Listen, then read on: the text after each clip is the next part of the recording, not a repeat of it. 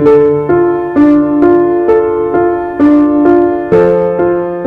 est bête de croire que l'homme moderne peut être comblé sans posséder d'avoir. À chacun ses plaisirs et ses manies, mais à tous les désirs.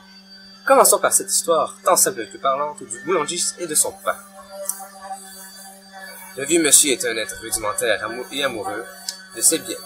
Étant très solitaire, il n'aimait pas partager avec les autres. C'était bien malheureux puisque celui-ci vivait dans un milieu très ouvert au regard et au mépris. Tous les jours, des passants le voyaient faire des réserves de son précieux morceau de céréales parfaitement cuit. C'est alors, dans la plus mince innocence et le plus grand des hasards, qu'un jeune garçon s'approcha de l'homme ventripotent. C'est une bien grosse pile de pain que vous avez là, monsieur le marchand. En effet. Quelle est la raison de ta venue, mon petit? Vous allez faire quoi depuis ce pain?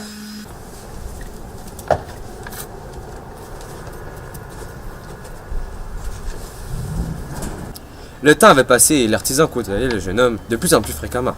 À vrai dire, tous les jours, ils s'échangeaient des mots formant de courtes conversations. Ah, encore toi? C'est un plaisir de t'avoir à tes côtés, mais tu ne trouves pas ça un peu trop fréquent de venir tous les jours? Tu n'as pas honte d'agir ainsi? Tu as tout ce pain et tu le partages même pas. Il y a des gens qui ont faim dans la rue, tu pourrais partager au moins.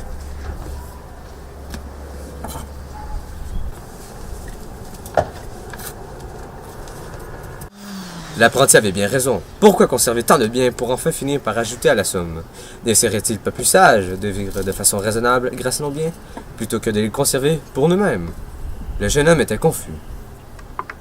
Le temps passa une fois de plus, laissant place à ce jour qui changea à jamais la vie du vieil homme. Par ce jour nuageux, un étrange penseur lui rendit visite. Celui-ci avait une apparence menue, laissant paraître qu'il avait très faim. En tant que jardinier dans la cour de l'autre de ville, il n'avait pas les moyens de se payer le pain qu'offrait le boulanger.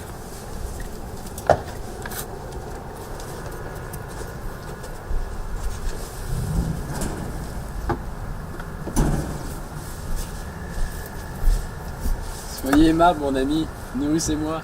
Donnez-moi du pain. Hey, boss, heureux de voir que vous avez un client. Je vous demanderai de quitter les lieux, s'il vous plaît. Mais le pain, je vous demanderai de quitter les lieux! Pourquoi vous avez rushé ces clients? Il devait avoir faim, vous avez vu son apparence? Mon cher Français, il n'y a qu'une chose qui compte vraiment dans la vie. Cette chose qui différencie les êtres faibles des êtres forts. Cet être ne ressemblait pas à puissance, c'est pour ça que je l'ai renvoyé chez lui. C'est quoi cette chose si mystérieuse dont vous parlez? Jeune homme, ce qui différencie les êtres pauvres des êtres riches, c'est la quantité de richesse possédée. C'est pourquoi j'accumule les miches de pain dans le compartiment arrière de ma boulangerie. Sans vouloir vous manquer de respect, il ne serait pas souhaitable justement de partager votre pain? Non, jamais. J'ai tellement travaillé pour acquérir ce pain, jamais je ne le partagerai avec des créatures inférieures, ok? C'est comme le sucre dans mon café, la prunelle de mes yeux, le soleil de mon après-midi. Sans elle, je ne suis qu'un simple artisan. Pourquoi vous ne les mangez pas vous-même alors? Ça ne sert à rien de garder tout ce pain, vous pourriez le partager. Si je le mange, je vais devenir anxieux d'en manquer dans l'avenir. J'aime mieux les conserver d'un coup que mes réserves viennent à s'épuiser. De plus, jamais je ne serai capable de toutes les manger tout seul. Chef, vous perdez beaucoup à ne rien faire.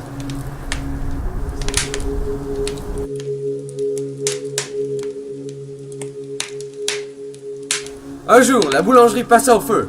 L'établissement fut alors déclaré comme étant une perte totale. Le boulanger était dévasté. Il venait de perdre la seule chose qu'il avait jamais aimée, sa pyramide de miches françaises. Pourquoi moi? Qu'ai-je fait pour mériter cela? Pourquoi les yeux s'acharnent sur moi? Je suis certain que c'est tous les autres jaloux qui les ont invoqués pour qu'ils m'arrachent de ma richesse. Vous savez très bien que ce que vous dites n'a aucun sens. Selon moi, c'est juste le karma. C'est qu'est-ce que vous avez semé depuis toutes ces années. Vous vous rappelez du jeune itinérant que vous avez rejeté? Pouvez-vous m'éclairer? Qu'ai-je fait pour mériter tout ce qui m'arrive? Vous avez semé la haine, la détresse, la tristesse et la pauvreté. En ne partageant pas ce pain, vous avez rejeté ce jeune homme il y a plusieurs années. Pour vrai? Pourquoi ai-je adopté une attitude si disgracieuse? Vous voulez vraiment mon opinion? Oui, je veux connaître la vérité. Je pense que votre attitude était due à votre manie égoïste de vouloir tout garder. Vous savez, vos miches de pain. Pour vous, sans avoir profité de ce pain, vous n'auriez pu rien faire et vous étiez rien. Vous dites n'importe quoi. C'est la triste réalité, chef. J'en ai bien peur. Vous vous rappelez, il y a quelques mois, un pauvre itinérant est venu vous voir. Il vous a demandé un morceau de pain, mais à cause de votre orgueil, vous avez refusé de lui en lui donner. Et je crois que c'est à cause de cette raison qui est, selon moi, valable, que tous ces événements ont lieu. Vous dites n'importe quoi. Tant qu'à vous dire des bêtises, je préfère quitter les lieux. Imbécile.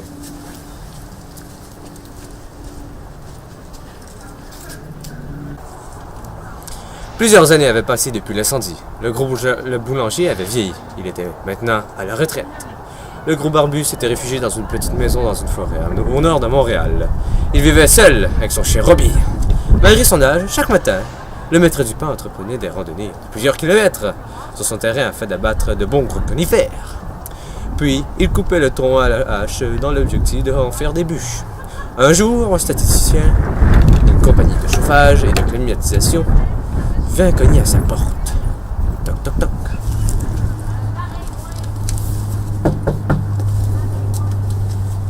Bonjour. Bonjour. Je suis un statisticien de compagnie de chauffage et de climatisation. J'aurais quelques questions à vous poser par rapport aux habitudes de chauffage. Oui, allez-y, mon cher. Quelle quantité de bûches et de bois franc utilisez-vous pour le chauffage? Je ne chauffe pas ma maison au bois, je la chauffe à l'électricité. Ah oui? Pourtant, j'ai vu une grande quantité de bûches sur le flanc de votre maison. Alors, combien de gigawatts d'électricité utilisez-vous pour le chauffage? Je consomme en moyenne, je dirais, 25 gigawatts d'électricité par hiver. D'accord, j'en prends note. Une dernière question pour vous. À quelle température réglez-vous le thermostat? Je le règle d'habitude à une température autour de 22,5 degrés Celsius. Merci. C'est ce qui complète mon chauffage. Toutefois, puis-je vous poser une question indiscrète? Oui, allez-y. Pourquoi avez-vous une pile de bûches sur le côté de votre maison si vous ne chauffez pas à l'électricité?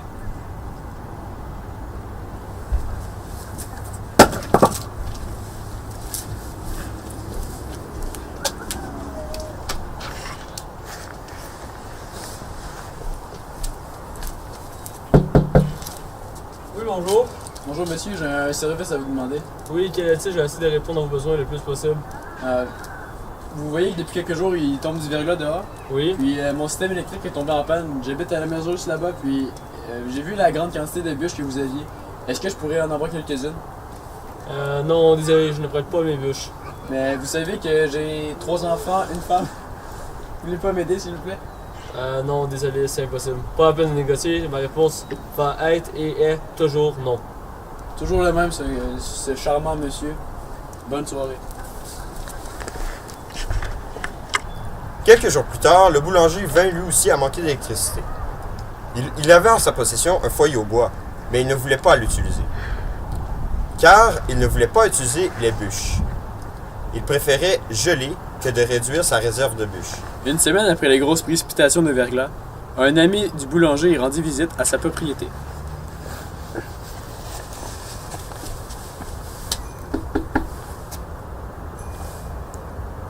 Aucune réponse. Toutefois, la porte était débarrée. Son ami prit donc l'autorisation de pénétrer dans le domicile du gros boulanger. C'est alors qu'il trouva le corps de son ami sans vie, couché sur le sol du salon, recouvert de plusieurs couvertes épaisses. La police enquête sur la cause du décès. Salut, médecin légiste. Oui. Êtes-vous capable de déterminer la cause du décès? Dû à la présence de nombreuses engelures, j'en conviens que la cause du décès est l'hypothermie. Dévasté par ma mort, mes amis se recueillent devant mon corps. Tu nous as quittés trop tôt. Pourquoi n'as-tu pas utilisé ton foyer à bois? Pourquoi? Depuis la mort de ta mère, tu étais ma seule famille. Maintenant, que vais-je devenir? C'est très triste que tu nous aies quittés si tôt. Toutefois, je t'avais averti il y a plusieurs années. À ne vouloir rien perdre, tu as tout perdu.